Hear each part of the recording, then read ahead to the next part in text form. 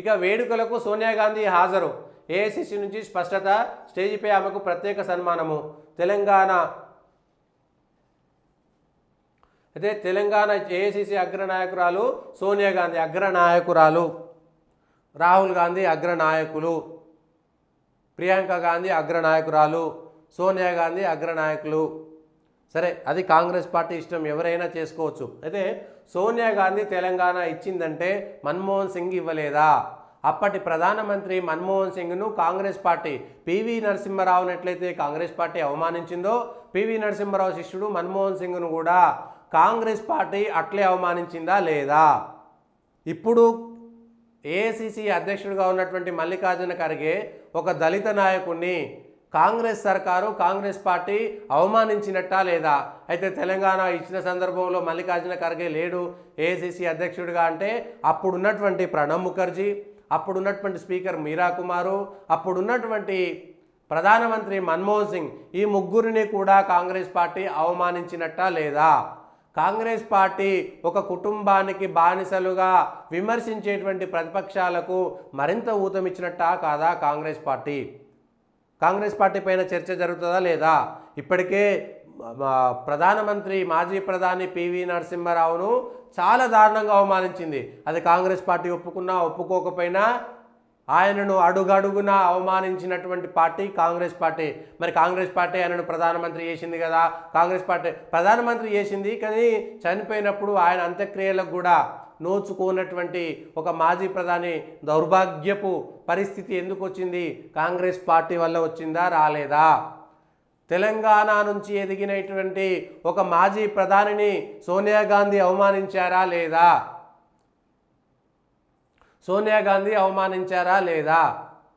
సోనియా గాంధీ పుట్టినరోజు కానుకగా డిసెంబర్ 9 నాడు ప్రత్యేక తెలంగాణను అప్పటి చిదంబరం ప్రకటించిన తర్వాత వెనక్కిపోవడం అనేటువంటిది కాంగ్రెస్ పార్టీ ప్రకటించిన తర్వాత 99లో భారతీయ జనతా పార్టీ తెలంగాణ ఇస్తానని చెప్పలేదు.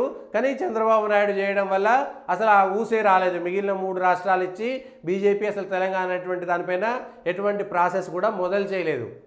కానీ డిసెంబర్ 9న సోనియా గాంధీ పుట్టినరోజు కానుకగా తెలంగాణ ఇస్తామని ప్రాసెస్ స్టార్ట్ అవుతుందని చెప్పేసి ఆ తర్వాత వెనక్కి తగ్గడం వల్లే కదా తెలంగాణలో బలిదానాలు మొదలైంది. అప్పటిదాకా బలిదానాలు మొదలు కాలేదు. అయితే సోనియా గాంధీకి సంబంధం లేదా, కాంగ్రెస్కు సంబంధం లేదా తెలంగాణ రావడం అంటే? కాంగ్రెస్కు కూడా సంబంధం ఉంది, కాంగ్రెస్ కూడా తెలంగాణ రావడంలో పాత్ర ఉన్నది. కానీ కాంగ్రెస్దే పూర్తిస్థాయి క్రెడిట్ కాదు, టీఆర్ఎస్దే పూర్తిస్థాయి క్రెడిట్ కాదు, బీజేపీది క్రెడిట్ కాదు. ఈ విషయంలో ఎవరిది క్రెడిట్ కాదు.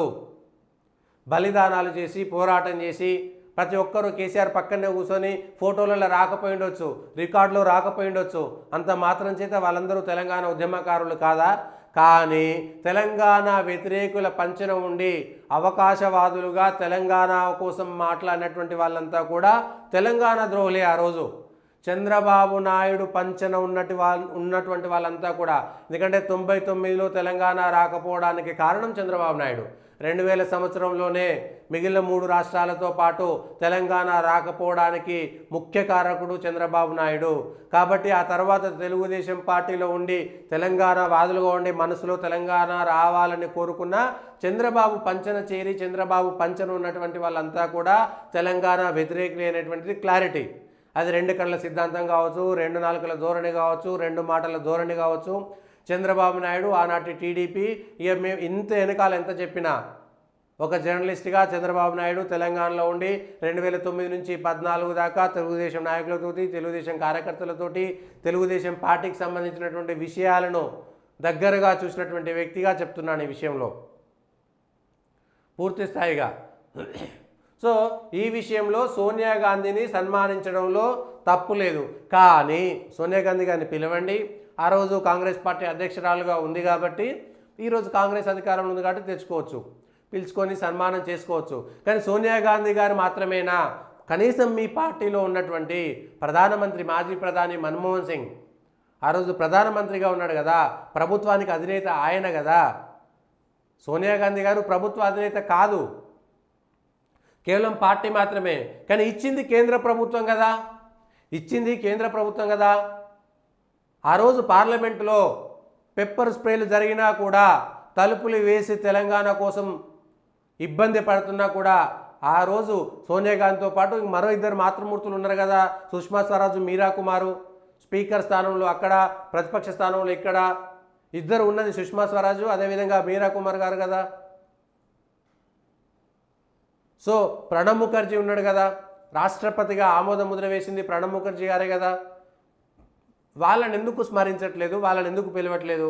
సరే, సుష్మా స్వరాజ్ గారు లేరు, చనిపోయారు. ప్రణబ్ ముఖర్జీ గారు చనిపోయారు. ఉన్నటువంటి మన్మోహన్ సింగ్ గారిని ఎందుకు పిలవట్లేదు? మీరా కుమార్ గారిని ఎందుకు పిలవట్లేదు? దళిత నాయకురాలనా అవమానించేది కాంగ్రెస్ పార్టీ?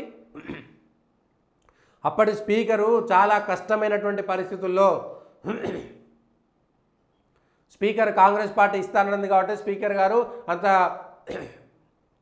గట్టిగా కూర్చున్నారంటే, ఆ రోజు ఉన్నటువంటి ప్రతిపక్ష నాయకులు, ఆ రోజు ఉన్నటువంటి ఎన్డీఏ పక్షాలు పూర్తి స్థాయిగా తెలంగాణకు మద్దతు ఇస్తామన్న తర్వాతనే కదా ప్రాసెస్ స్టార్ట్ అయింది. ఇది జయరాం రమేష్ గారు చెప్పింది. బిల్లు పెట్టే కంటే ముందు బిల్లు పెట్టాలన్నా వద్దనేటువంటి దానిపై విషయంలో సుష్మా స్వరాజ్ గారు చాలా స్పష్టంగా, మీరు బిల్లు పెడతారా పెట్టరా, లేదంటే వచ్చే మా సర్కార్లో తెలంగాణ బిల్లు మేం పెట్టి తెలంగాణను ఇస్తామన్న తర్వాత భయపడి కదా కాంగ్రెస్ పార్టీ పెట్టింది. అయితే భయపడ్డందుకు పెట్టిందా, భయపడనందుకు పెట్టిందా? కాంగ్రెస్ పార్టీ ఉన్న సందర్భంలో తెలంగాణ వచ్చింది, అయిపోయింది. ఆ క్రెడిట్ తెలంగాణ వచ్చినటువంటి దాంట్లో కాంగ్రెస్కు. కానీ సోనియా గాంధీ గారిని మాత్రమే పిలవడము మన్మోహన్ సింగ్ గారిని అవమానించినట్టు కాదా? దళిత జాతికి చెందినటువంటి మీరా కుమార్ గారిని అవమానించినట్టా కాదా?